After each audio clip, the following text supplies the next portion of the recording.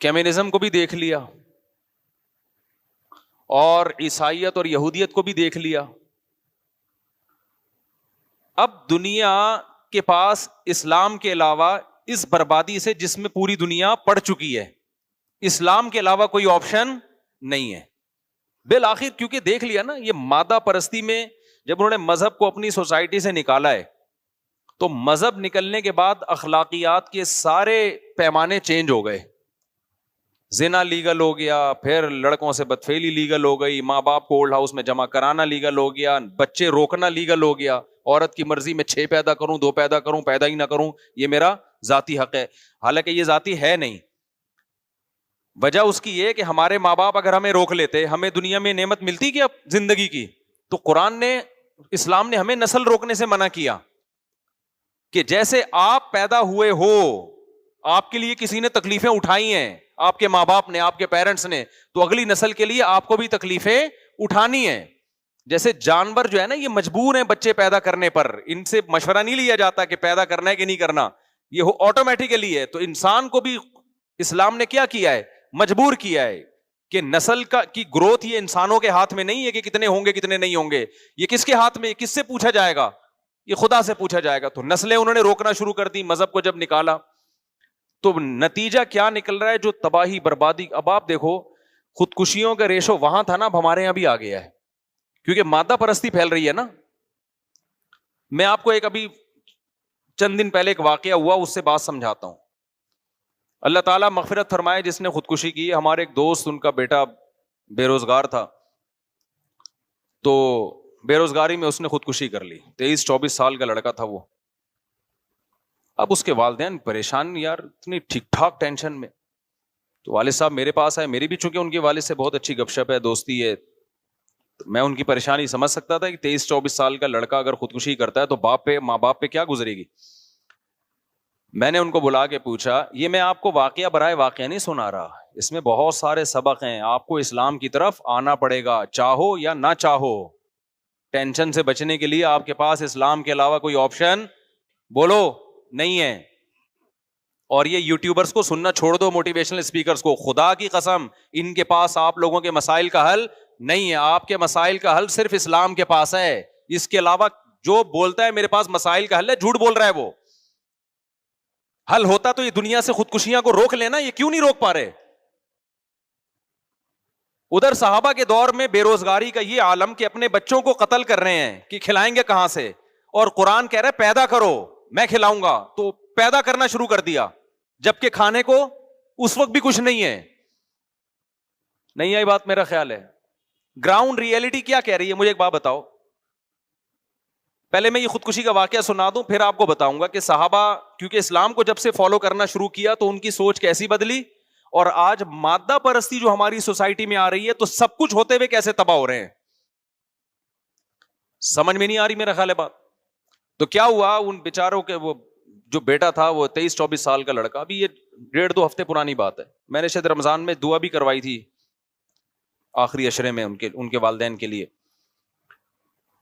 بے روزگاری نا, تو وہ والد مجھ سے ملنے کے لیے آیا. میرے دوست میں جانتا ہوں, وہ ٹھیک ٹھاک مالدار آدمی ہے ماشاءاللہ ان کے والد. بیٹا چونکہ بے روزگار ہے لہذا بے روزگاری سے تنگ آ کے خودکشی کر لی. 23-24 سال کا لڑکا. اب آپ مجھے ایک بات بتاؤ, کیا بے روزگاری میں اس کو کھانے کو نہیں مل رہا؟ انہوں نے بتایا کہ صبح سحری کر کے وہ لیٹا ہے اور زہر پی کے, یا کس طریقے سے, اب میں وہ نہیں بتاؤں گا, یا ایسا نہ کوئی جا کے کہ اچھا یار اس طرح بھی ہوتا ہے. اب لوگ باتیں کر رہے ہیں, ہائے بے روزگاری اتنی بڑھ گئی ہے, ہائے خودکشیاں ہو رہی ہیں, ہائے یہ ہو رہا ہے. ابے بھائی بے روزگاری بڑھ گئی ہے, تو سحری کھا کے گیا ہے نا, اس کا مطلب کھانے کو مل رہا ہے, شام کو افطاری بھی کی ہے, روزے بھی چل رہے ہیں.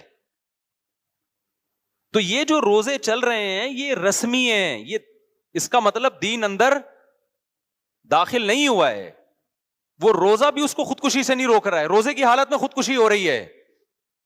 کیوں؟ ٹینشن, ڈپریشن, کہ میرا فیوچر مجھے تاریک نظر آ رہا ہے, میں 24 سال کا ہو گیا, ادھر کاروبار میں پیسہ لگایا وہ بھی ڈوب گیا. اس نے بہت ساری جگہوں پہ ابا سے پیسہ لیا, محلے والوں سے پیسہ لے کے, قرضے لے کے جگہوں جگہوں پہ انویسٹ کیا, لیکن کوئی آؤٹ پٹ اس کا نہیں نکلا. اور وہ اس کی شاہد انور کی تقریریں بھی سنی ہوں گی, اس نے جو ہے وہ غریب آدمی بی سے بغیرت ہوتا ہے, اس کا نتیجہ دیکھ لیا آپ لوگوں نے. اس نے تو بیچارے نے اسٹرگل ہر طرح سے کر کے دیکھ لی. اس کے والد نے مجھے بتایا 4-5 سال سے نا وہ پیسے کی تلاش میں تھا کہ میں اپنا کوئی بزنس کروں. باپ سے بھی پیسہ لیا انویسٹمنٹ کے لیے, لوگوں سے بھی لیا, بیرون ملک گیا, بحرین گیا, 20 طریقے استعمال کر لیے. لیکن قرآن کیا کہہ رہا ہے, یبسط الرزق لمن یشاء ویقدر, جس کے لیے چاہوں گا رزق کے دروازے کھولوں گا اور جس کے لیے چاہوں گا تنگ کر دوں گا. لیکن یوٹیوبرز کو جو لوگ سنتے ہیں ان کے حالات دیکھ رہے ہو آپ, پیسہ ہی سب کچھ ہے. ساری دنیا میں یہی سکھایا جا رہا ہے بھائی. جب خدا کو ڈکشنری سے نکالو گے تو آپ کا خدا کیا ہے, پھر دولت ہے, پھر پیسہ آپ کا خدا ہے. تو پیسے کو خدا بنا لیا, پیسہ نہیں ہے پیسہ نہیں ہے. پھر ظاہر ہے ماں باپ کی طرف سے بھی تانے ملتے ہیں کہ یار تو 24 سال کا ہو گیا, تو نے ہمیں لاکھوں روپے کا مقروض بنا دیا, کر کچھ دے کا نہیں رہا ہے, کوئی رزلٹ نکل نہیں رہا ہے. وہ تانے الگ, محلے والوں کے الگ, اور پھر یہ شاہد انور جیسے لوگوں کو بھی سنا ہوگا بی سے بغیرت وغیرہ.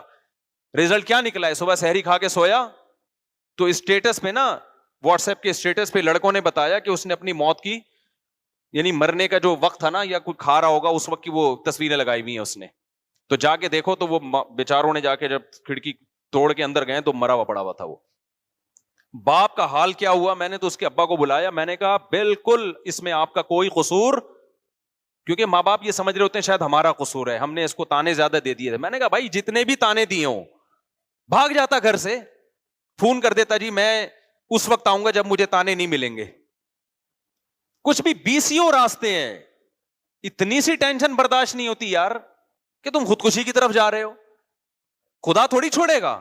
لوگ ترس کھا رہے ہیں, ہائے بے روزگاری میں مر گیا. میں نے کہا ترس مت کھاؤ, ترس اس پہ کھایا جاتا ہے جس پہ اللہ ترس کھائے. جب اللہ ترس نہیں کھا رہا تو ہمیں بھی ترس کھانے کی ضرورت نہیں. اللہ کہہ رہے تو نے دنیا کی اس مردار کی محبت کو تو نے دل میں گھسایا کیوں؟ محبوبہ چھنتی ہے تو ٹینشن ہوتی ہے نا, تو محبوبہ چھنی ہے, پیسہ نہیں ہے, اس کی ٹینشن ہو رہی ہے. اللہ کہہ رہے ہیں یہ تو مچھر کے پر کے برابر میری نظر میں اس کی ویلیو نہیں ہے. اس دنیا کی مسافر خانہ ہے. ان بنگلوں کی, ان گاڑیوں کی, ان عزتوں کی, ان شہرتوں کی اللہ کی نظر میں مچھر کے پر کے برابر بھی ویلیو نہیں ہے. نبی صلی اللہ علیہ وسلم نے کچرے کے ڈھیر پہ بکری کا مرا ہوا بچہ پڑا تھا. آپ نے صحابہ سے فرمایا کون ہے جو اتنے درہم میں اس کو خریدے گا؟ صحابہ نے کہا یا رسول اللہ اس کو تو کوئی فری میں بھی نہیں لے گا, بدبودار مردار. آپ نے فرمایا اللہ کی نظر میں اس دنیا کی ویلیو اس سے بھی کم ہے جس کے پیچھے جانے دے رہے ہیں لوگ. کیا یہ نہیں پتا تھا کہ یار یہ مسافر خانہ ہے اور آپ کو کھانا پینا تو مل رہا ہے نا, شیلٹر تو ملا ہوا ہے گھر میں,